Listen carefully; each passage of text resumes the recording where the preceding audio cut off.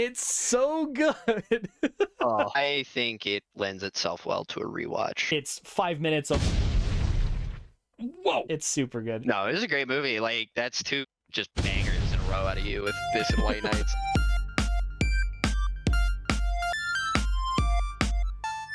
Hello, everybody. Welcome to Narratives and Nonsense. We are friends talking about random and recent stories, newsworthy or otherwise. I didn't even have to practice it beforehand. I just nailed it. I'm so proud. every time that we start this, there's like this 2-second period of me like getting nervous and being like, what are we called? Who is this? What exists? Oh, he's only been on like live TV and on stages, numerous times throughout his life, but doesn't mean I'm not to talk to a webcam. That's where the stage fright comes. It doesn't mean I'm not an ambivert, introvert, whatever. I wouldn't say I'm outright extroverted. So much in that role. Yeah, that's very true. Express himself. You barely even saw my face with all that jazz. Right, you still don't. Anyway, so Connor, who are you? Tell us about yourself. What is this? What are we? Who are we?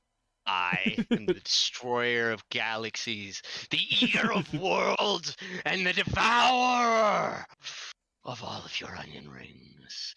I had onion rings this week.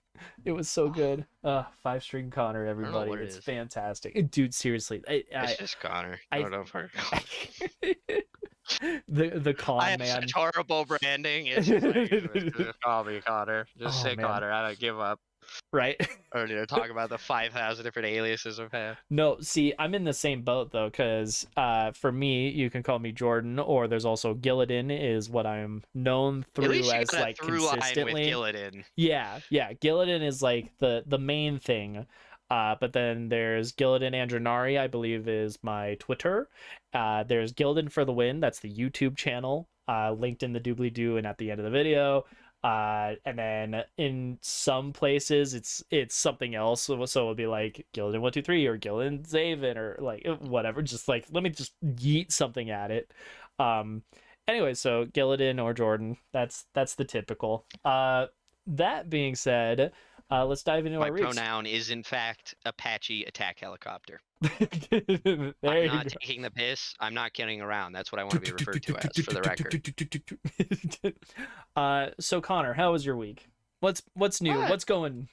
It was a lot of work. There was some snow. That was so enjoyable. I loved that. That really made the week great. In April, nothing like a nice, like pretty legit. But it was a nice after, so it melted off pretty quickly. It was a little annoying because I'm back on my. I don't have summer tires. I have all season tires that I use in the summer. But like driving on the highway with that is not fun in Canada, and Canadian drivers are sometimes pretty crazy where I live. So I imagine they're better than Colorado would be. I imagine think it's probably about the same. I think most people suck at driving. I don't exclude myself. The reason that I feel like totaled the vehicle, so fair. The reason that I say that is here in Colorado we have like Californians and Texans are the two out of staters, and neither of which deal with snow. And it's like, okay, we're gonna deal with some fun here, whether it's sliding around or just like, all right, the 2-mile-an-hour crawl, we're moving, it's progress. No it's progress. People are usually good at keeping their speed in the snow, not crazy, but it's like people will do that when it's not really necessary, and like the road is completely dry and it's like stopped snowing, the plows have been out, and people are still going like 20 under the speed limit, and you're like, it's not even windy. I don't know what you're just making this annoying for the rest of us. Yeah, no. Or people love to just cruise in the left lane doing like 120 and not really passing people. And then you're like trying to get home on a Friday and it's like, look, can you get out of my way? Yeah. Please? Like, this is a passing lane. Like, please pass. 120 kilometers. That's like 60-ish miles per hour. Yeah. It's 70. 60 to 70. 70 and some change. Okay. 60. Yeah. You're supposed to do 110, but most people are generally always doing that 10 over. It's always the 10 over rule. So I feel is that a universal constant? Is that everywhere is 5 to 10 over? Not as much as you would like, but for the most part, yeah. And then people love to play this game where they go slow, you catch up to them, you go to pass them, and then they accelerate, and you're like, I'll be honest, I'm in that boat because if it's something where somebody catches up to me, I'm like, oh shit, sorry, I wasn't going fast enough. My bad, is how I almost always feel. But No kidding. I kind of try to exist in the fast lane if I'm going anywhere because I'm not hopping on and hopping off. I'm getting on the highway and I'm gonna be here for a hot minute is Yeah. usually my mentality. And that's Um, my thing. You want to cruise left lane, do it, but like you better either be moving or getting the yeah. hell out of the way of people who are. Exactly. So it was snowing up there. Down here it's been hot as balls. It hit 80. It's looking like next week we are going Poor to hit child. 80 degrees Fahrenheit again. So nice and toasty. And more importantly, we got not a single drop of snow, much less precipitation. There have been a lot of I clouds wonder and if it this will blur the middle finger enough that we won't get in trouble. it looks like it is. I didn't do. So that was one thing. It was it's really hot down here, and I'm wondering where that line got drawn in climate because on TikTok, like in Minnesota or whatever, they got like completely swamped from what I saw, where people are just like, all right, we're gonna go and let the dog out. So how are we getting to the front door? Well, you see, and I watched this guy, what he literally does is he climbs out the window onto his roof and just jumps into a snowbank. That's how much snow they apparently had in the video that was posted, and I just lost it. I'm like, holy crap, did all of the snow just get yeeted up here? Meanwhile, Colorado's down here like, oh yeah, it's a barren desert right now. You know, it's toasty. Let's go. We're gearing up for summer. Like, it was very entertaining. So goodness, besides that, what else have you been up to? Uh, I did have a bit of epiphany revelation. I was turned on to something new. There's this really cool company. They're called One Page Rules. They make Okay. rules for just tabletop war games. Most of them, they have like the basic rules are free. They do have a Patreon you can pay to get like access to the more like advanced stuff and everything, but Yeah. you have more than enough to get going. And straight up, it's really cool. If you go to their website, they have a quick start guide for the one that I play. It's called Grim Dark Future. I haven't Mhm. looked at the others, so I don't know. Yeah. But they have a quick start guide. You can literally print out paper tokens and just play with that. So if you're literally Ooh. just like, I just want to play a war game without having to spend all this time that Connor does doing this. But the nice thing for me is a lot of the armies, it's a miniatures agnostic game, sort of. So you Yeah. don't really need any particular. And one of the armies, like a lot of their units just happen to like have similar equipment to what like my What you've put 40K together. guys have, Yeah. and just happen to have similar stats too, and just happen to have kind of similar lore. It's weird how it works, but I can totally just use my 40K models in this game, Oh, which is that's great. awesome. On And it Yeah. is one page rules. So playing with my friends who don't play 40K all the time is a lot simpler. So I got a lot of really good Because games. it's nice and condensed. It's right there together. Exactly. And you're hitting that goal, painted models on the table, playing a game, as it always should be. Hell yeah. No, on the topic of paper tokens, I remember one of my biggest like things that I had trouble with is trying to, as a player, work in theater of the mind for when I first started Dungeons and Dragons, and trying to get an idea of like, okay, what's the scale, what's the scope, where are people at, how bad, how easy, so on and so forth. And so when I went to properly run a game, it was my first Star Wars game. I literally spent like an entire quarter. I had a printer budget or whatever that's allotted to you at college, and so I printed out literally sheets upon sheets upon sheets of whatever tokens for like walkways and like rooms and crates and barrels and trees and just random shit, so that way I could like just throw together a bunch of paper and just go, here's the map, haha, now you know how far and where is and whatnot. And man, it was very, very fun. I did that for the first two games that I ran. The problem I ran into was, holy crap, running with paper token, like even though I could easily print and cut this out, to me it was something where you run out of the thing that you want to have be a thing. So at a certain point I went, okay, I need to rethink this, and then I fell in love with whiteboards, and here I am now, where totally. like our D&D game that we run on Sundays, anytime, or Fridays, anytime that that we have anything that is somewhat visually related, it's not just theater of the mind, I'll draw something out. and Yeah, it you have a nice uh, layout as to what's going on. yeah, and usually the scale stays the same, where, um, roughly speaking, there's about like 6 squares worth of distance between you as a person and whatever the affronting party would be. It usually starts there. You guys haven't had like such a massive map that combat initiates in, which I could change. You know, we've had one map where there were people just off map shooting at you, but That was just fun though. yeah. So that's been entertaining. Goodness, what's new in my world? We're starting Halo 4 today or yesterday for anybody listening. Since we record on El Sunday Renos. Um, I'm interested to see how Halo 4 goes. I've really liked Reach. That's been my favorite of the Halo series so far, since, you know, we're playing through the whole shebang with myself and then sometimes my buddy Marcus. Um, so I'm excited. I'm interested to see how it goes. I've heard not great things about Halo 4. So I've heard like it's similarly with I think Halo 3, it's got some of the better mechanics for like playing through, but the story is less fun. I think that's for Halo 4. It's either that or Halo 5. I don't remember Mm, which. They start to blend together as far as like, okay, what opinions are which. no Um kidding. what I've heard consistently is Halo 2, ODST, Halo Reach are the better ones, and I do agree blanket wise. I do think Reach is the best as far as what I'm looking for, because I'm going in from the story basis. I'm not playing like all the multiplayer. Yeah, no kidding. um, so that's been entertaining. Goodness, what else? We're doing Knights of the Republic still.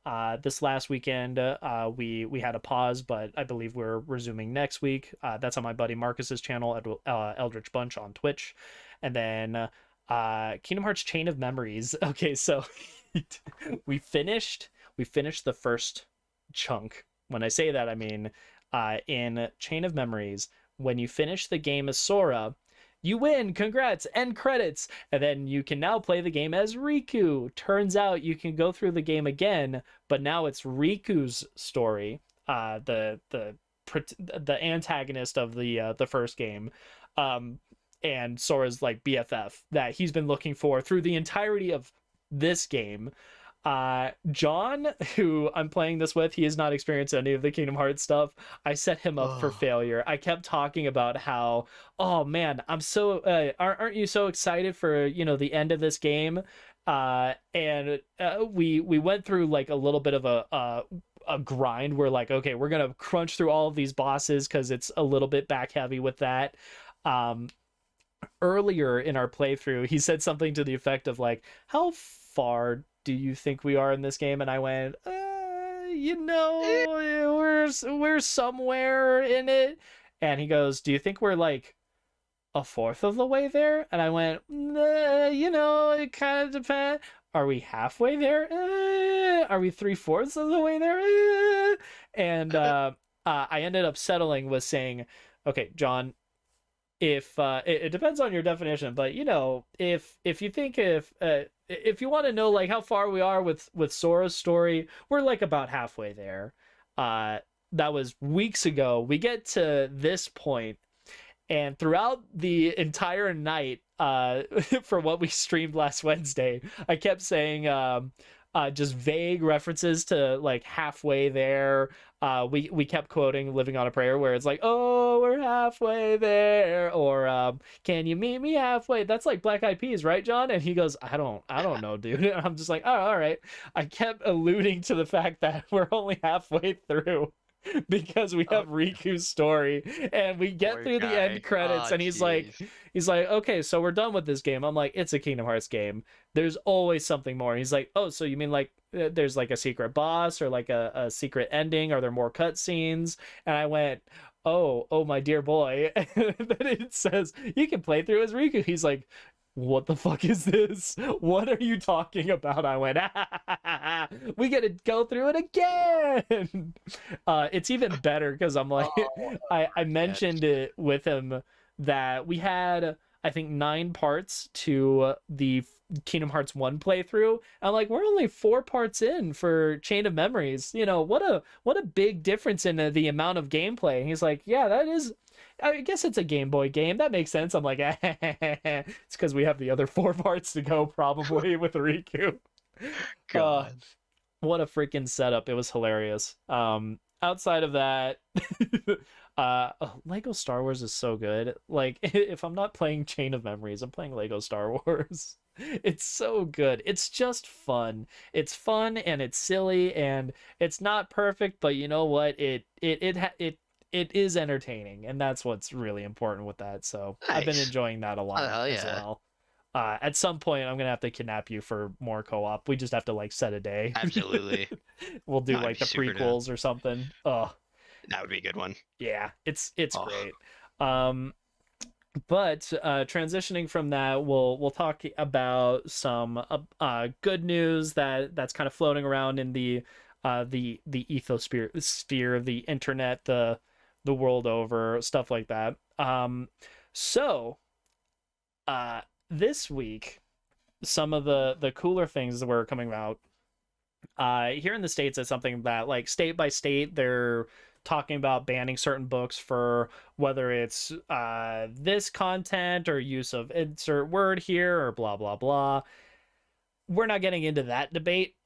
It depends on the state. There's way too many factors, but one thing that I do think is generally a good motion is the Brooklyn Public Library. If you're a teen in the USA, quote unquote, like, regardless of where you live, between 13 and 21, you are now eligible for a Brooklyn Public Library library card. And more importantly, like, this is part of trying to like fight nice. censorship with it. It's something where their like ebooks and audiobooks are just freely available on their shindig, so you're able to check out whatever it is. And more importantly, it like specifically tags certain books as like always available as a way to try to fight censorship. So I thought that was really really cool. Supposedly it's only going to be for a limited time that they have that like open registry for everybody to jump in. Yeah, no But kidding. if that's something where you or somebody you know is trying to get exposure to things that are taken up away from what have you, it's a good way to try to fight censorship. And I do think ultimately uh trying to have more things available, more viewpoints, more conversation starters, I do think ultimately that is a better way to go about discourse than not. Um, Yeah. so that was really cool. And it also brings a little attention to, like, hey, libraries are still here and they exist. And also, it's not just they exist in, literal book stuff. They have all sorts of things at libraries now. There's DVDs and CDs, there's audiobooks and ebooks. Like, it's no longer just the physical paperbacks that you got to pay attention to. So that's pretty cool. Going from there into more broad world news, um, in Africa, uh, malaria is a pretty substantial problem. It's something like 90% of worldwide cases are specifically from the continent of Africa. And annually, there's like 260,000 children that die each year because of malaria. And Oh, the jeez. news, yeah, I mean, it's a big metric. It's something to not just sneeze at. And something that thankfully we've been getting better with is vaccinations, of course. And with malaria, they found a new way of getting this to people. I don't recall if it was a way that they make the vaccine or how they distribute it that improved. I forgot. I'll Hmm. be honest, but the important part is efforts to continue, malaria vaccinations in Africa have been improving to the point where over this last year, there were over 1 million children that were vaccinated, specifically in Kenya, Ghana, and Malawi. Malawi, I believe. Malawi. Yeah, that's how you pronounce it.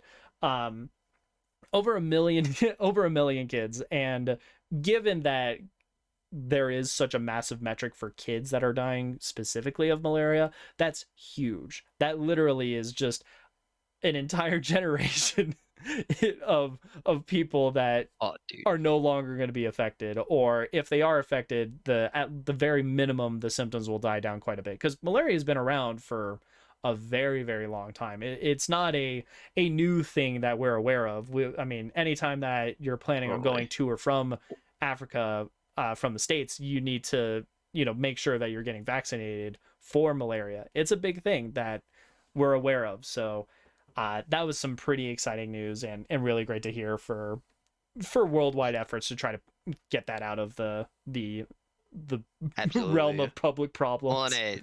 it disproportionately affects Africa like Hmm. so much. So it's nice to see Yeah, that we're yeah, still trying to work on that and keep it going. absolutely. Um, in similar news of just like things getting better, over in India, and this was something that was really interesting to pay attention to. The rate of extreme poverty has sunk substantially. Now, what is extreme poverty? With the like UN's definition, it means you're earning less than $1.90 a day, and translating it into Indian currency, that's about 145 rupees a day.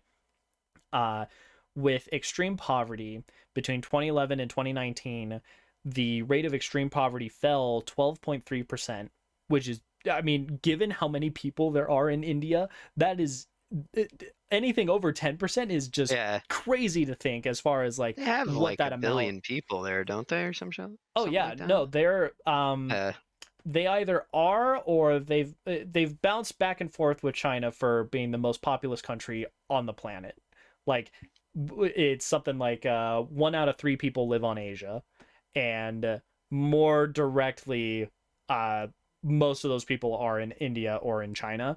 And with that, to get more specific, in rural parts of the country, the extreme poverty measurement, it went from 26.3% down to 11.6. So it literally just chopped off a tenth of how many people were were dealing with that. And then in urban areas, that number went from 14.2% to 6.3, which is getting to the edge of we're getting rid of it completely for extreme poverty. So massive strides there. That's very exciting. So whatever infrastructure or public works or what have you that's going on out there, they are succeeding very, very well, especially given the fact that they have to deal with a massive volume and scalability issue, because there is a no lot of kidding. people to try to Oh, like take care of it like that.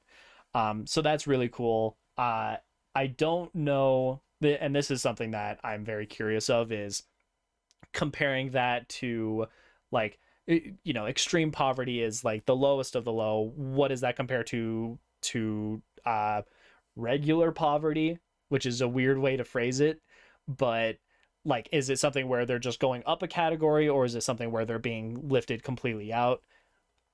Hard to say, hard to define, because there's a lot of different definitions of what poverty is. I mean, we have multiple definitions here in the States, but it is something that is absolutely an upward trend, and hopefully it continues that way. Uh, no kidding. Another thing that's really cool that is happening in India, there is a member of the royal family, Prince Gohil is the gentleman's name. This guy has a Let me really, go really cool here. story. No, it is. Sorry, um, wrong place, but yeah, but forgive me. no, you're good. You're good with Prince Gohils. This dude has a like super cool story. So in well, it's marked by tragedy and also the ability to overcome it. This guy, he came out publicly as gay in 2006. In I believe it was in 2000. 22, I think is when he came out privately to his family. uh the guy said that he's known that he was gay since he was about 12 years old. And when Jeez. he came out privately to his family, again, it's something where India is a very conservative place, especially amongst the royal family. It's kind of like a public scandal. The guy would have been 41 years old at that time, when he came out to his family. Holy. And they went through the Gotta be whole kidding. like spectrum of, oh, it's an illness, it's an ailment, we need to fix or cure it and make you straight again. So he went through conversion therapy, electroshock therapy. He visited a bunch of spiritual leaders trying to like cleanse it out type stuff. And it's something where uh, in that time that he was kind of going through and struggling and fighting with it, it takes a mental toll on you because it's a Absolutely. tough process. And in 2018, if this says something about like where the public spectrum is in India with regards to that, 2018, up to 2018, homosexuality has been illegal in India. At that point, it finally became something that is decriminalized. You're not going to jail just because you're gay. And carrying on from that, Prince Gohil, who was previously kicked out of the palace grounds. I mean, when he came out publicly, it was something where everybody was kind of against him. The public the public outreach that the royalty did was basically, we denounce him. He has nothing to do with us. There were tons of people that were saying, he's bringing shame to India, to their culture, to the royal family, Jeez. like the whole nine yards. This guy's been drugged through the mud, and now it's something where he's back on the palace grounds, and he's actually converted a massive chunk of that area, in fact 15 acres of it, specifically to make it a shelter or safe haven for members of the LGBTQ plus community. So Nice. huge flip of the script, especially because 2018 was 4 years ago. So Oh, going from it's illegal to one of the members of the royal family is actively no, they'll flip continuing to it fight. around. Yeah, and one of the things he absolutely is continuing to push for is fighting against conversion therapy. It is banned in Mm, one of the states in India, but it is something that, broadly speaking, countrywide is still very much a legal practice, and he's moving to try to both destigmatize homosexuality and the like, but also trying to make things like conversion therapy, which to some people, it is something that could be described as very draconic, very old fashioned. Um, serious. Especially when you go to the Oh, extent of electroshock therapy, like at that point, it really becomes a potentially dangerous thing. It's not just simply, yeah, we're gonna have a massive number of interventions. It's like, no, no, no, this is this is endangering people. So the fact that that guy is both a part of the royal family and b making those big pushes, like building that kind of safe haven, and even though it's no longer like an illegal activity to be homosexual, he very much acknowledges like, no, this is still an ongoing fight in both public opinion and practices around it. And that's really, really freaking cool, is what I'll say. Like, it, hot absolutely. damn. Just to see it keep being fight the good fight. Right, right. So that was something that was a really cool story. And then the last two things I want to talk about are out of the EU. And this has to do with more of like a ecological thing, because we almost always have a little bit of talking about green news going about and around. One of the cooler things coming out of the EU is Sweden. Well, I say EU, Europe as a whole. Sweden is only tossing about 1% of its trash to landfills or dumps and the like. And that is an incredibly low number. And the way that they're doing it is right out the gate, they recycle a very large amount of their trash. I think it was something like 60% of their trash ends up being recycled in some form or fashion, whether that's literally recycling, so, reusing paper for a new paper product, or in the sense of like food waste, rather than it going to a dump, for example, it's something that is getting composted. Well, outside of that, there's also a large amount of trash that they are sending to waste to energy facilities. So they're literally burning the trash off, which sounds like it would be bad for the environment. And what it really is it's a step cleaner than just having it go to an outright landfill. Uh when trash is sent to a landfill, more often than not, when it, decomposes, it starts to, break down and the like, it tends to release methane, which the metric is that methane over, X period of time is something like 80 times more insulative, I believe is the term, the metric. It's a lot more problematic for the atmosphere compared to CO2. With burning the trash off, it's something where first you get energy out of it. So that's something that they are using actively to heat homes, make electricity, but it also means that there's less methane that's going into the air. It's just CO2, which they also are pretty strict on the waste to energy plants to try to make sure that things are as safe and non-pollutive, non-harmful as they can be, and more importantly, trying to capture some of that CO2 before it ends up going out into the atmosphere. So by sending trash to the waste to energy plants, it's both, one, stopping it from being methane outright that goes into the air, and making it CO2, which is a little bit less harmful, and two, trying to keep that CO2 from even getting out in the air in the first place. So it's kind of this weird doubleheader of, hey, we're going to make this just better than going to a dump, which is awesome. And in fact, it's so awesome that a lot of other countries out there are starting to build their own waste to energy plants. And ironically, as a worldwide global community, we're starting to get a lot better about recycling things. And it's actually causing this right, and it's creating this ironic problem of they're starting to run out of trash to burn, and so other countries are now paying Sweden to send their trash to Sweden so that they can burn it off for them. Want your trash. So to say that this has been a relatively solid success is an understatement. It's gotten to the point where Sweden is self-handling all of the stuff that it needs to do.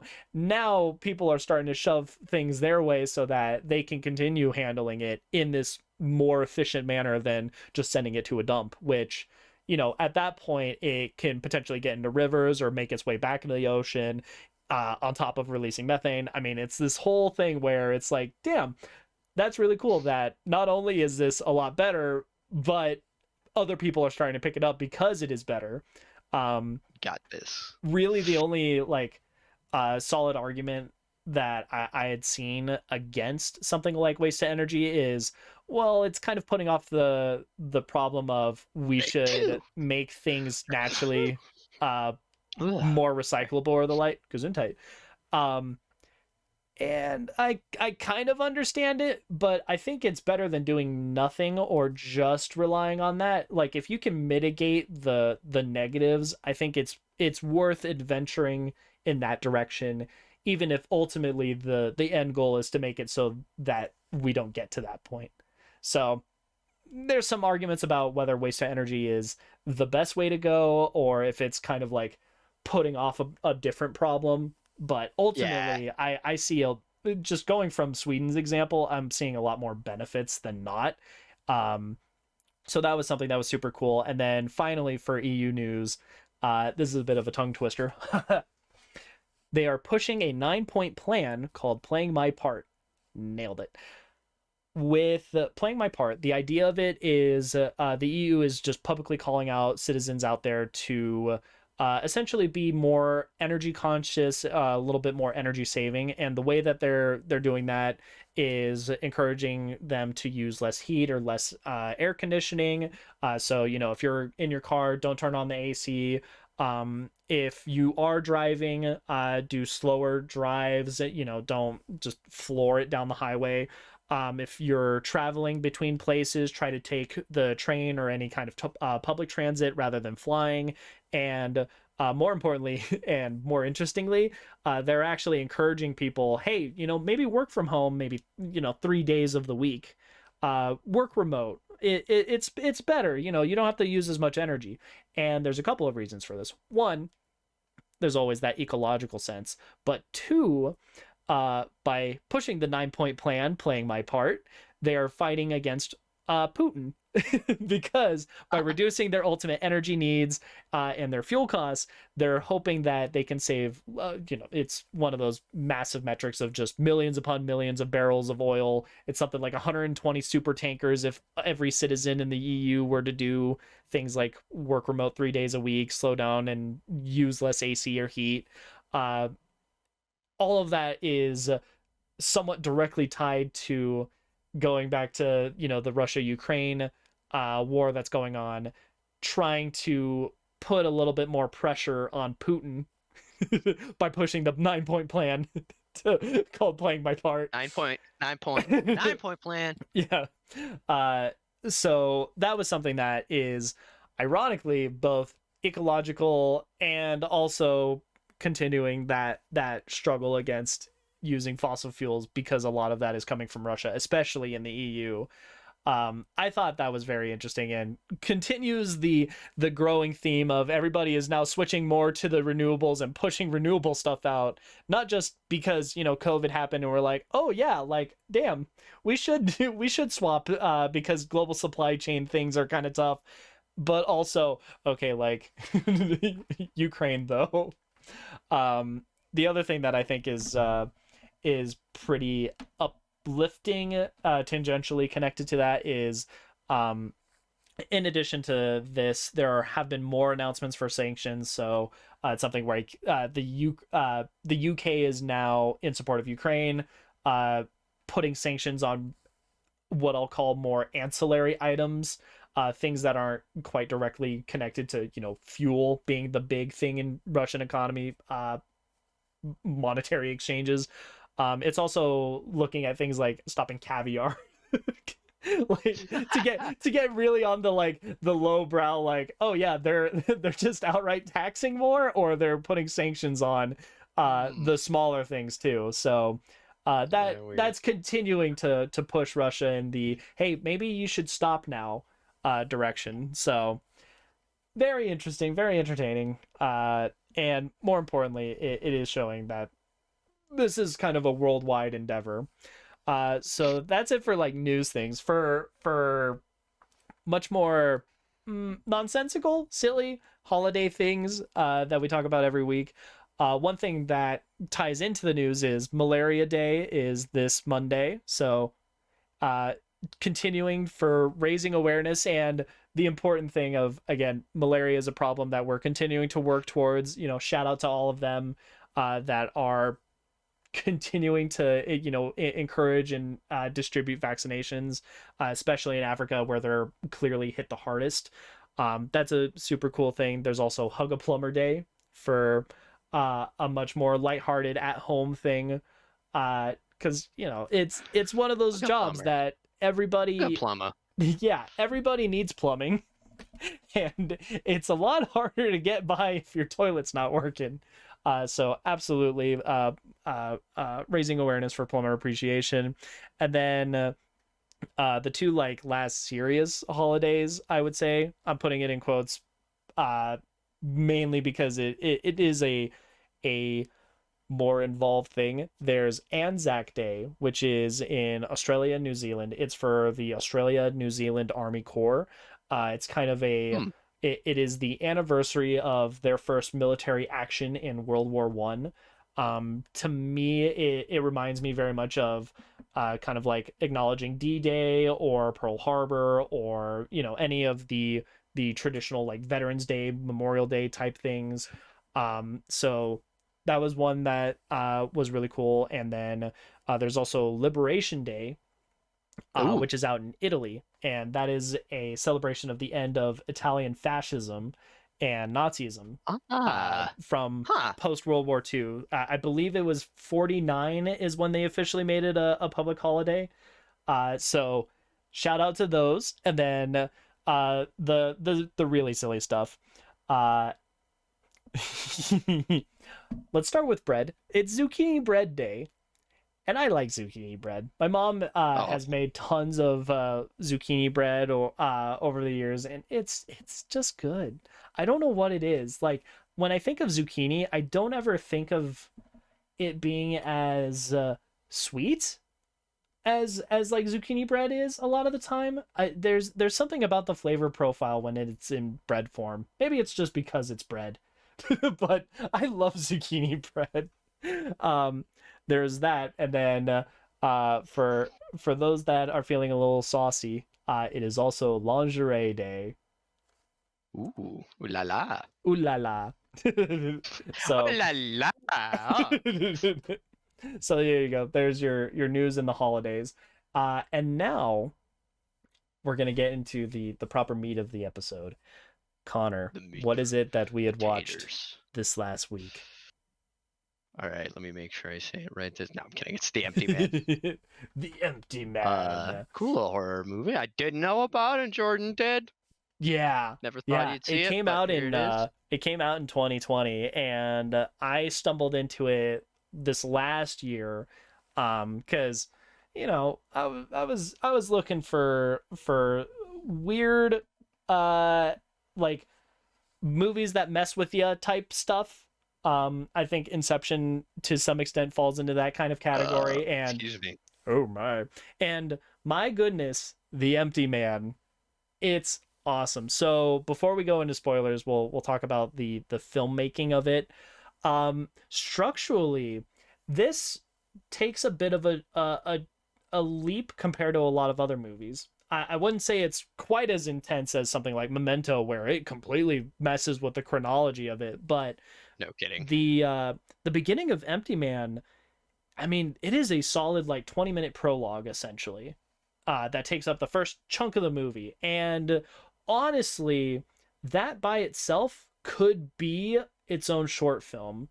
Like we were mentioning that this by itself could have either been a thing that was made in its own existence, or it probably was like a pilot or a pitch for making the entirety of the movie. And it is solid just in and of itself. This like self-contained like 20 minutes at the beginning, which is really really cool. And then the structure of that first 20 minutes applies to the rest of the film in some part. Without getting into spoilers, there's a thing where it says like what day it is in the timeline, and that was really really cool. Outside of the structure stuff, there's also the sound and music. I love the sounds in the sound design and the way that they use them for elevating the horror and for getting the narrative to like reference to mention like the empty man's presence, because there is like a little bit of a factor of like a urban legend myth, Bloody Mary type of thing. And so Very much. yeah, and so it's something as simple as like just this like almost choral chant, deep resonating is a word that you had described. And like seriously, the resonance idea is so on point. The sound design was very, very cool Oh in my this. gosh, I yeah, liked it a lot. seriously. And it's all over the place. It's clicking, it's bottle blowing, it's again this like thing. I mean, Well, I always like that too because oh, it's very slasher-esque, where there's always the like mhm. call of the killer, like Jason's. Key ma. Oh man, it's so good. And then tying into that, really the music feels like it's a part of the sound, like the sound design, rather than it being a soundtrack music track that's like played over top. There are moments where naturally there is music being used for like, here's the dramatic thing, this is the scary bit, people are running type elevation of mood. But there's a good chunk of the music that feels like it's diegetic, again going to that resonance, that reverberation, this like thumbing in the background type thing, that it's top notch in those instances. I do think for, when it is being just a proper music orchestration, I think it's serviceable. It's, at the very least, it's still immersive. It doesn't like take you out.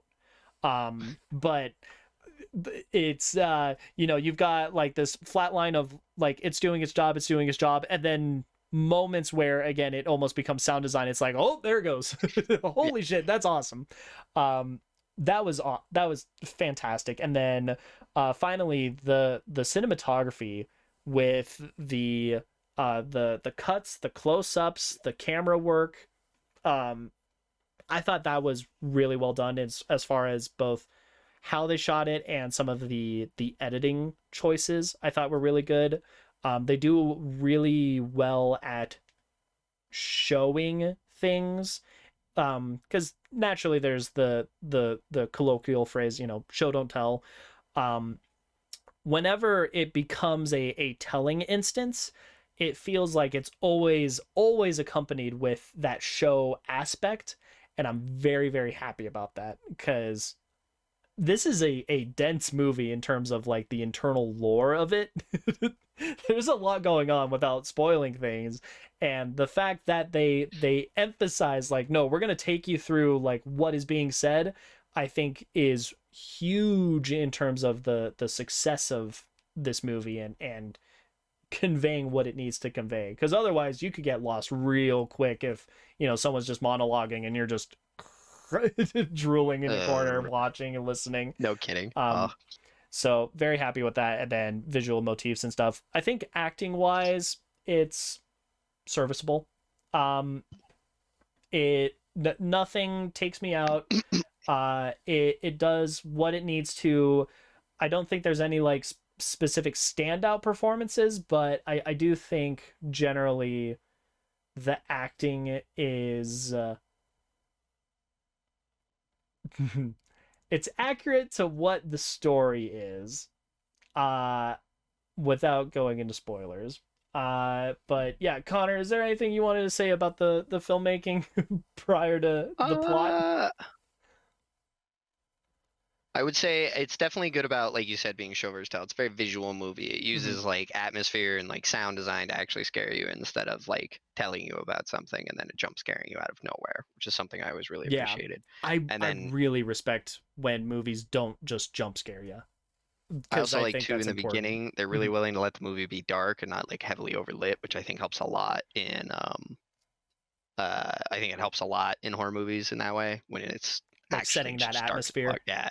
And a lot of people don't want to do that because it's like you can't really see everything. You're not seeing the actors as well. So it takes a bold hand to do something like that. Yeah. And again, without going into spoilers, I think there are a lot of moments in this where even though this came out in 2020, I was drawing comparisons on, my rewatch your first time through.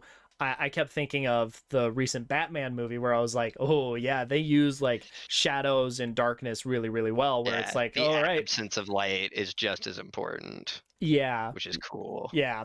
That said, I would highly recommend people watch this. If you are looking to go see this, I do think you should watch it without being spoiled, because the end, there are some revelations that come about that are something else, especially on a first time through. So go and watch it. Now is your time. Escape, get out of here, run away. Now that that's said, let's go into the plot. Oof. Ain't it something? Man, I do think we have to like walk through what happens in this movie before we can really tear it apart, because again, it is dense. So we start off with this prologue. Again, this 20-minute, almost short film at the beginning of the movie.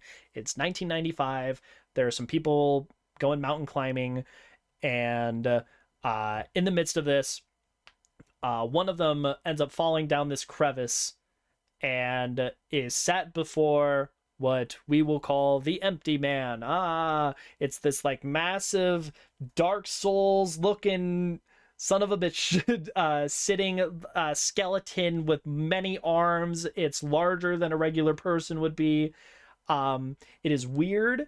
It is creepy, and that's how this movie kicks off, really, is this happenstance thing. The guy that falls, like, is just staring at it. He says something to the effect of, like, don't touch me or you're gonna die.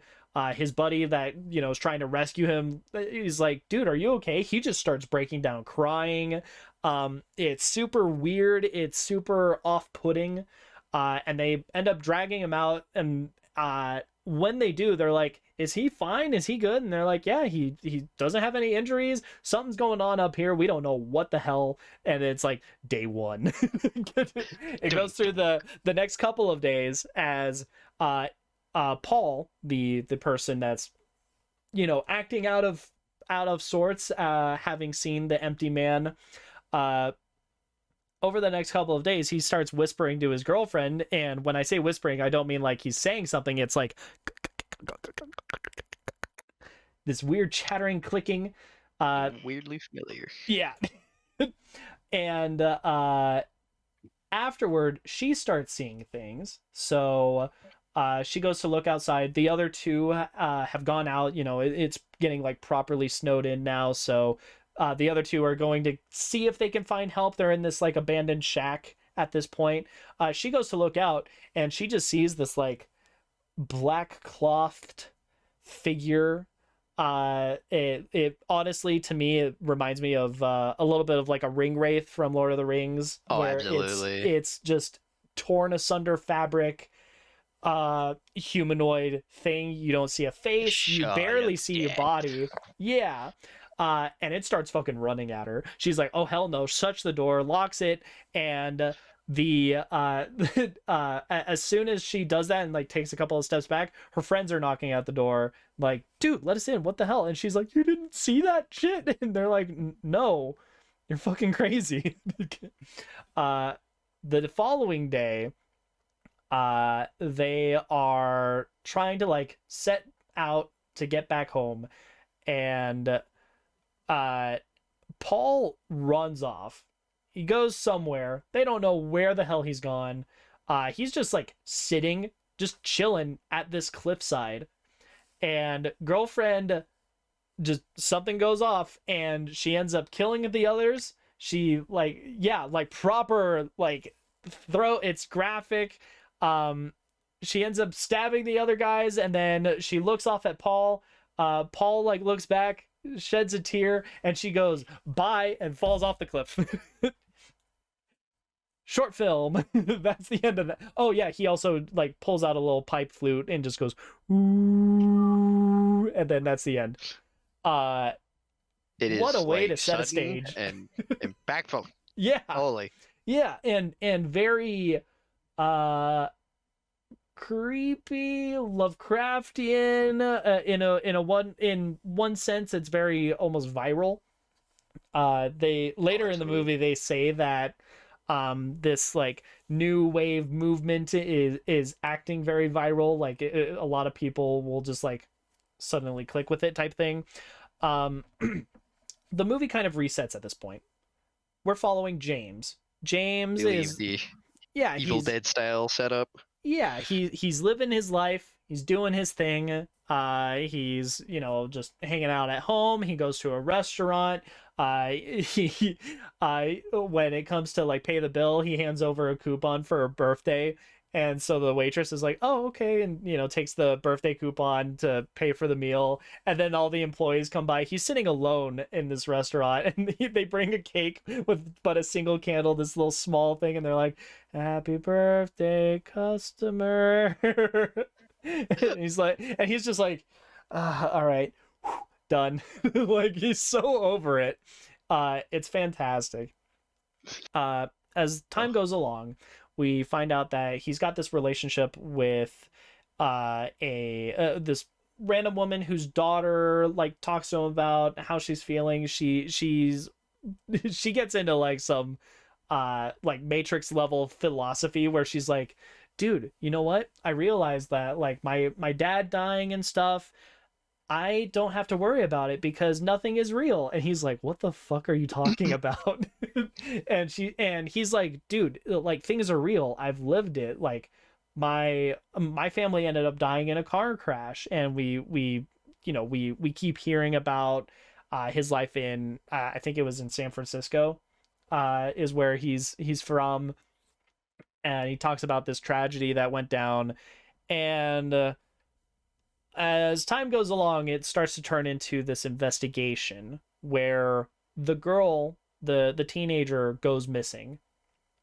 uh and it's a little bit fishy. There's like blood written on the on the mirror in the bathroom type of situation, very like ominous. Well, we don't know that she's dead, but she's 18. She had like her things packed, probably. She probably just ran off. We can't like properly investigate this as like a murder or something. And James is not having it. He's an ex-cop. He's like, no, no, no, I'm gonna get to the bottom of this. um Following that, we get him talking to the other students that were friends with this daughter. um and they go into this story of what the empty man is, because that's what the teen was talking about. Like, nothing is real. There's signs of like the empty man all over her room and whatever. So Connor, going to that bridge flashback, what happens? What is it that they ended up all doing together? Ooh, I'm sorry, you cut out for me. What was that? With the empty man There and we the are. like, what what happens with the bridge, with the friend group of this teenager, to give you a Well, moment? it goes pretty roughly. Basically, the friend group, they get to end their days hanging out together under their favorite bridge in a very gruesome scene, and basically it repeats itself over, and uh, they all kind of die, more or less, again for the empty man. Yeah, so But they're together. yeah, It's a so the good way to go out. uh further in the investigation, there's all of them hanging earlier, like in a flashback. They What ends up happening is one of the friends describes this night where they're talking about the empty man. And so it's very, again, Bloody Mary is where my brain goes, where they're like, you say his name 3 times and you blow in a bottle, and lots of peer pressure happening, where it's like, you know what, screw you guys, you all Peer suck. pressure, peer pressure. Yeah, peer pressure. And then you get one of those moments where, like we were saying, where it feels very current, most recent Batman movie, where it's like shadow way off in the distance, you hear this weird sound, and then you hear running, but like nothing is being shown, it's just darkness. All of the teens freak the hell out. They just assume that it was probably some like drunk guy or something. And what ends up happening is this girl that he's talking to for this investigation, she goes and like lives her life, and the next day she's taking a shower. She sees again the black draped cloak figure, starts freaking out. He's stabbing her in the face with scissors, and it keeps cutting back and forth between him stabbing and her stabbing herself. Super violent, Just super brutal, man. graphic, horribly brutal. Yeah. And that's the end of her. Like, it's deemed Say a la suicide vie. because, she was holding the knife and it was at an angle where, she's getting her own Nothing face was found. bleeding out. Yeah. And James isn't having it, which is fair because it is a No little weird kidding. and a little creepy. Comes across the bridge of freaking everybody hanging, and at that point he's like, all right, what the hell. He eventually makes his way to uh I forget the name of this church, but a church where they're talking about like, you know we as people, like, we keep living in these made up separations and divisions and all of this stuff, but really we're all one, we're all together. And it sounds very like regular church sermon type stuff that you could hear about, people being united, your neighbor is the same as your brother type ordeal. Like care for each other, and then it takes a little bit of a twist because he's like, we're all the same under the empty man, basically. And James is like, he starts talking to all of them, to the various members. He's like, hey, have you seen this girl? He's trying to figure out what the connection is.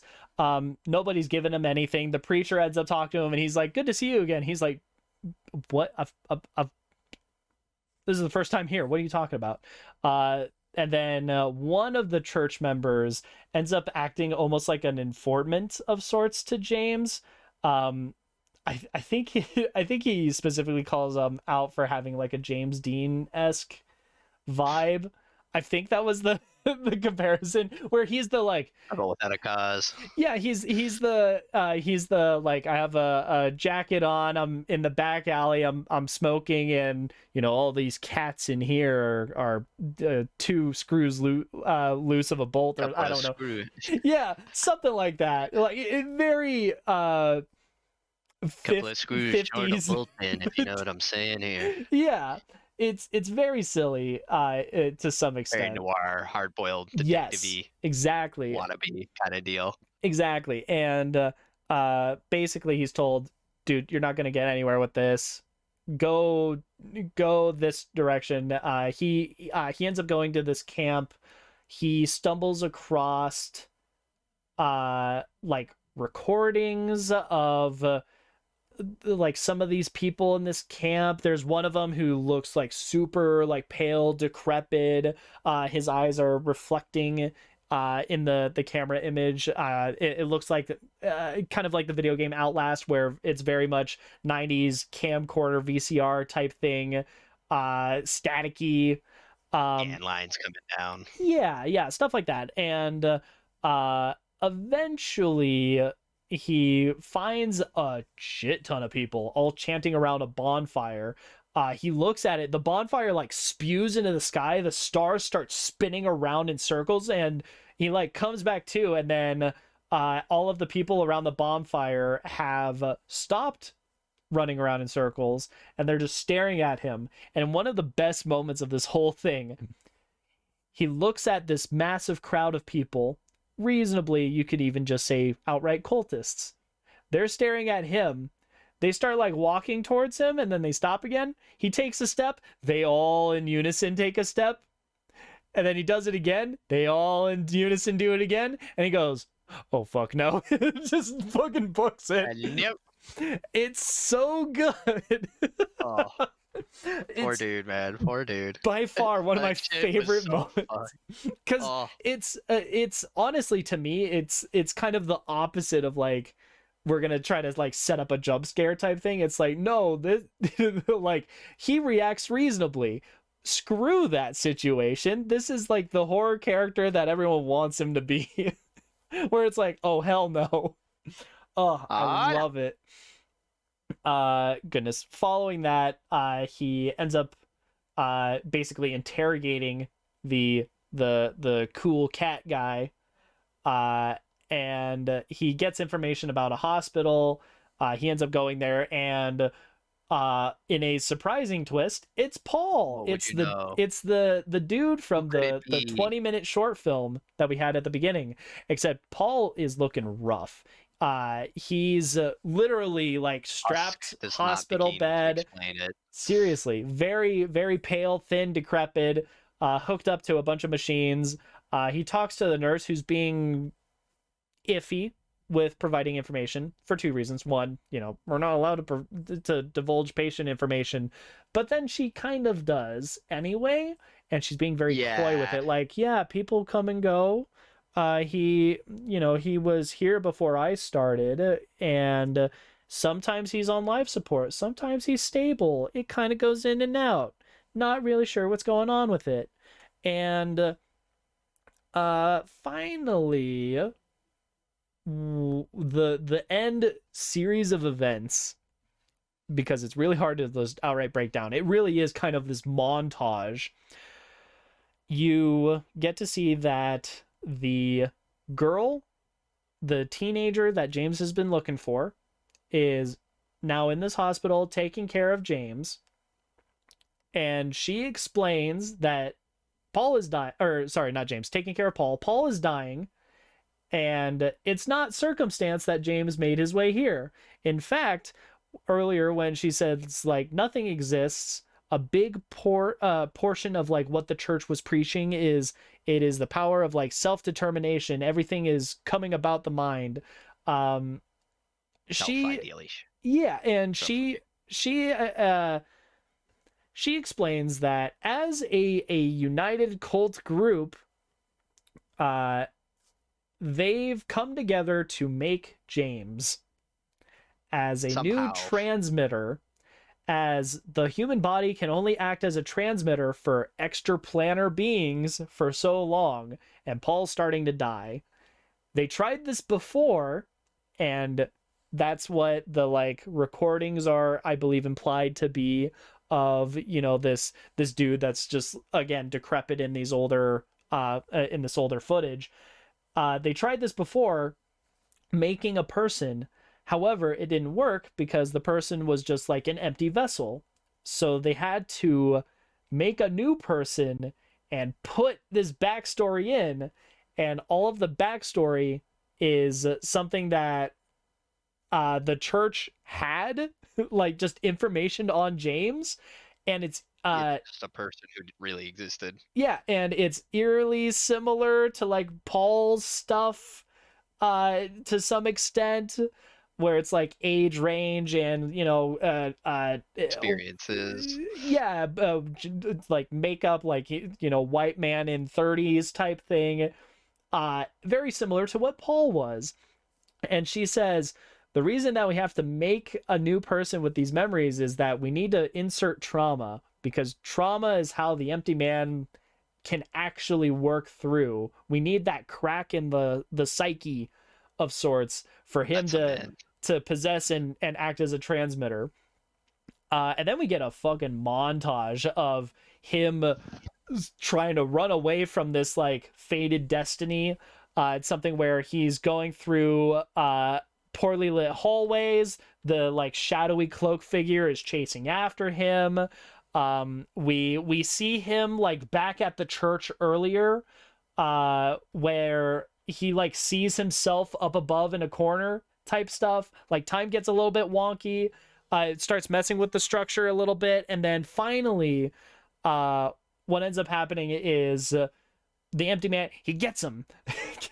And you get very this is something that like seizure warning type stuff is very fast flashing. Jeez. I do think to an extent part of that might have been like budget saving. Like if we don't have to animate the thing completely in motion, just we just obscure it a little bit and put a strobe and then it looks cool. Yeah, absolutely. Yeah, be shocked at all. And it's the shadowy cloak figure becomes this like tentacle liquidy monster thing, and just like it starts going into his mouth, and he's now like filled with this thing. He goes back to the hospital and he just shoots Paul multiple times in the head. Just bang, bang, bang, bang, completely dead. You see this blood splatter that is very reminiscent of all the other times that the empty man has been like drawn around or imaged or into a group. Yeah, and he turns around, there's a whole bunch of people standing there, and then they just all fucking like bow in prayer. And they're like, all right, you're the new guy. You're the vessel now. Yeah, so there's the movie. It's dense. Oh. It's got some big thoughts to it, and there's some cool foreshadowing stuff. So naturally, going back to the like blood splatter stuff, that's something that you see all over the place in the movie. That's how they're drawing things and whatnot. But in addition to that, some of the foreshadowing that James is in fact made up in this movie, and it gets a little bit meta. Again, I think of the scene in Inception where was it Ariadna, I think is her name, and Calvin, I don't know, Leo DiCaprio's character, and formerly Ellen, now Elliot Page, were talking to each other uh in the dream sequence, explaining how dreams work. That's very much what I think of in Inception, where No kidding. Leo leans Yeah. forward and goes, think about it, how did we get here where we are right now? And Ariana, she goes, well, we just and he's like, no, how did we get here? We're in a dream right now. Yeah. Where it kind of plays with the audience just assuming things of like, oh, the characters must have walked here. It's like, oh no, this is just mid-dream type thing. With James, how he's introduced, we assume that all of this backstory and stuff is accurate, correct, that he's lived a life Which is up to, that's how it works. yeah, up to They the said beginning of the movie. And in actuality, the teen's like, no, dude, your birthday was 3 days ago. Remember, you blew the candle. Like, that was your day. You've been alive for 3 days. All of this other stuff, bogus. So the birthday candle, the fact that it's only the one, I think that's a subtle foreshadow of like, hey, welcome, welcome to the it's a world. sign of, yeah, it's strange. There's that clicking again, which part of that is like them talking to each other and like passing the viralness of the empty Yeah, man, that seems to be like the communal possession thing.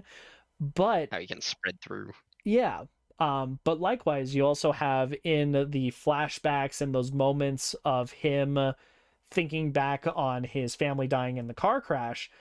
His son is literally just like clacking a coin against his teeth to make that same like sound. And then the another part of foreshadowing that I picked up was the deer in that flashback. His eyes reflect back at the headlights of the car just before the car crash. That reminded me of the eyes of the guy that was in that recording. Like, I thought that was another instance of that. Just lots of little things just scattered about that kind of hint towards James's ultimate fate of of all of it leads to the empty man. The breadcrumb trail. Yeah, exactly. And then goodness, as far as like thought stuff goes, and this is where I think it's properly dense, we have the idea of there's in effect the mind can create reality. Group minds can better create reality, and because the mind is like a resource, a thing that people can use and spend and communicate and connect with one another, it's not just humans that can do this. There are other beings beyond comprehension that are also in tune with that. And I think one of my favorite phrases in this is they don't have like I think it's they don't have 5-year plans, they have 500-year plans. I think that's a really cool line because it really is. It shows you the real like scale of like how many people they really have under their control. Exactly. And it's well, and when you think about it, it's like it's quite literally like linking a bunch of computers up together, right? Like if you link a bunch of computers up together, they can solve problems faster or do more. Because you have more space. And you can devote them all to one thing. And with all of that, the fact that there are like 500 quote unquote 500-year plans working together in the way that it did, where it's explained that with the empty man, it had been a very long time since he had a transmitter on Earth, and Paul was that first one. So rather than just simply waiting for a new transmitter, they're like, hey, we're gonna make one. And the fact that it shows that they tried it and it didn't work, and then they tried it again, and that's now James, is like, that's a level of world building that's pretty refreshing from a horror movie. I'm actually very happy with that idea of, yeah, they tried and they failed and then they tried again kind of thing. I think that's really cool. And then ultimately, like, as far as this movie goes, this to me feels like a really good instance of like genre mixing, remixing, what have you, without necessarily losing the core of like a good horror movie. So in that sense, the the Empty Man is like almost a highlights compilation of other horror tropes and things without it being outright satirical or parody. Um, and goodness, I mean, it's something where you mentioned it's kind of like the Evil Dead kind of setup. Um, to an extent, which, it's very which like, is fun because Evil Dead did start off just being a little short film mm-hmm. like that, like a little 20-minute deal, and that's how it eventually became a real movie. So Yeah, it is kind of funny in that way how that kind of parallels with this. yeah, and then it feels to an extent it's like a better version of Slender Man, where it's like he's gonna get ya. That urban legend myth. I kept saying Bloody Mary because it's, Absolutely. chant the Empty Man 3 times and blow in a bottle, and then over the next 3 days he's gonna get you. The first day you'll like hear things, the second day you'll see him, and the third day Which of course he gets ya. is very like ring like, Yeah, yeah, exactly. much more expedient, but And with the there's a lot ring, of like fun it's little motifs of that. yeah, and with the ring it's like 7 days. Like you have that time, you have a set amount of time of you're good until you're not good anymore with the Empty Man. You have the Lovecraftian elements, so it's, this Those unknowable being. unfathomable, unknowable cosmic beings Yeah, things that can speak beyond. through minds and control um people. Yep, there's that. There's the idea of there being a cult or a collective, which that ties directly into Lovecraftian stuff. You get elements of it being very film noir. I mean, down to the fact that the dude feels like he's plucked right out of the 1950s, which I think is hilarious. Like, Well, and I uh, think that's like a lot of the like filler they put in, right? Like they were just like, oh, and then somebody was like, yeah, you like this and that because they saw some old detective movie the night before or some shit. yeah, yeah, and Like that was just plugging holes. yeah, and to an extent I feel like it works in the sense of the grander narrative, because if the idea is, again, another trope is possession, like people are being possessed or being controlled. If the idea is that, that dude was a part of this church, theoretically he's in on the whole shtick, and he's actually just outright guiding James to his ultimate fate. Like every step of the way, there's nowhere in which James isn't following the set path of you're going to find Paul and become the new transmitter. And that's really weird to think about, with kind of in the sense of how Lovecraft horror works, of it being like this incomprehensible, uh again, that 500 lines, 500 years line plan ordeal. This thing of like, no, this is an inevitable fate that you cannot escape from, and everybody Well, slowly leading him down that path is really, really cool, and both, and also disturbing. you know it's kind of a fun like inversion of like the whole Jesus Christ like arc and how things work, where Mm, you have the like prodigal son made for one purpose to come and die for man. But mhm. with this guy, it's like he's made and he's led not by himself or his father, but by others to slowly fulfill this role of the martyr. Yeah, And then yeah, it's like a really twisted take on it. It's which is really funny. yeah, which, ties into the whole them having a church thing. like Exactly. like Yeah. the things that were being said, again, barring the connection to the Empty Man aspect of it, are feel like they're things that could reasonably be said at a in a preacher's sermon or something like that.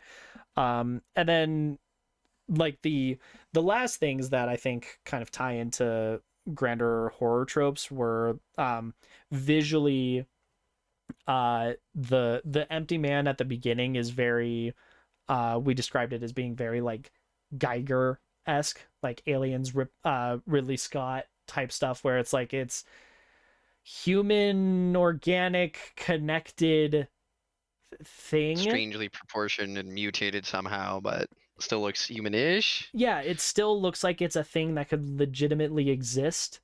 Um, But it's still very but obviously otherworldly and not yeah, yeah, and natural.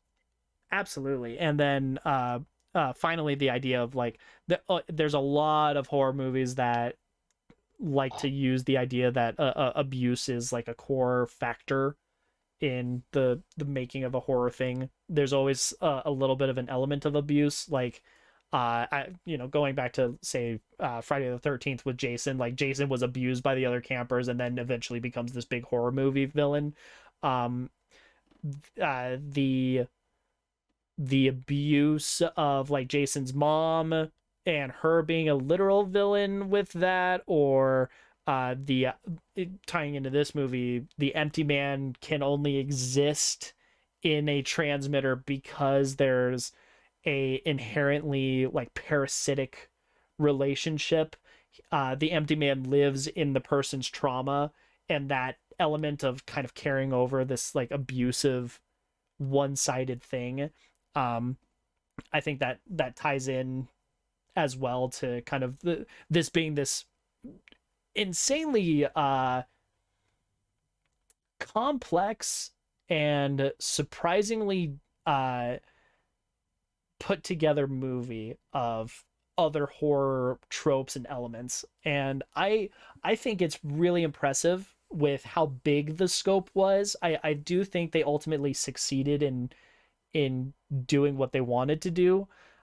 If I were to say there was something lackluster, I think that because it is so dense, it to me it feels like this movie could have another 20 minutes added to it to better pace the ending revelations, because it is something where it's like, holy crow, all of these things just like all click in together.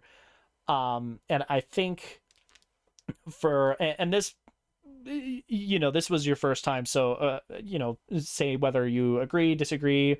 I feel like for a first time viewer it is a little bit tough to swallow all of those revelations all at once. That's really the only thing that I think for a critique of the film, is that it could use more runtime in some respect.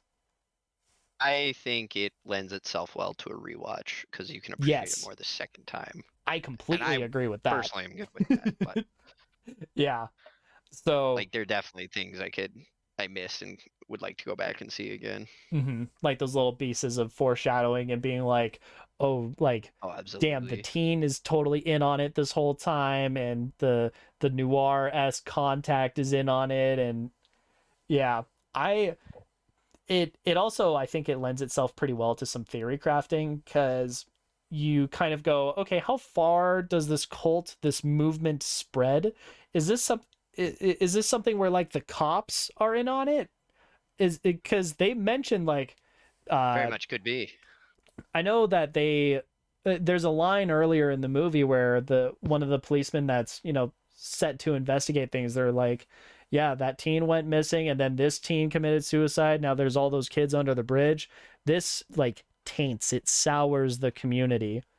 And I don't know if that's something where they're in on it, or if that's kind of a foreshadowing in and of itself of the empty man needs to like live in people's trauma in essence. And I Absolutely. like either way, it's really cool. I don't think we Well, get an and it, answer to it, and we might not necessarily need one. yeah, that's kind of the fun of it. I think this is a very self-contained movie too, which is nice. Of Yeah, like it shows you what it wants to show, and then it leaves kind of what it wants to leave untold. Because I think yeah, the problem is when you start going too much into it, you do start to kind of lose the horror because you start to understand it a little too much. So I yeah, do personally like it more when it's left a little more to like what really was it and how did it yeah. like exactly work I think rather than just I think uh with how much information they give the audience, I think that works. I the only thing is that the ending is super dense. So I think in terms of timing it, I don't think you can put those revelations earlier in the movie without Cat being out of the bag. But I do feel like it's 5 minutes of like, whoa. And I think that's something that maybe could have been paced out a little bit more I don't know. It's to some, already a it's 2-hour tough. movie. Yeah, it's tough. It's a tough thing, and it is very much a like. If I were to try to nitpick or critique things, I don't know how I would go about it, but I feel like Yeah. that's my gut reaction if I were to try to Say suck it up, fix it Buttercup. It's pretty differently. good. It really is. I'm looking for things to hate. I love this movie. Totally. No, it's super good. No, it was a great movie. Like that's two like fucking absolute just bangers in a row out of you with this and White Nights. Like I was really into both those. Oh, hell yeah. Well, with all of that being said, Connor, where can we check you out at? Oh, as always, I'm active every day on my YouTube channel. You can hit me up on Pokemon Showdown if you want to play a little bit of that, and that's really about that for me. Hell yeah. And then if you want to see more of me, we have here Narratives and Nonsense with Connor and I. That is every Monday, Monday evening. And then you can also catch me playing Kingdom Hearts and Halo on Wednesdays and Sundays, respectively, in the evenings. Or if you're so inclined, you can join myself as I go through my buddy Marcus's experience of Knights of the Old Republic, the old Star Wars game. It's been a lot of fun. That is mid-afternoons on Saturdays. And with that being said, I hope you guys have a fantastic rest of your week.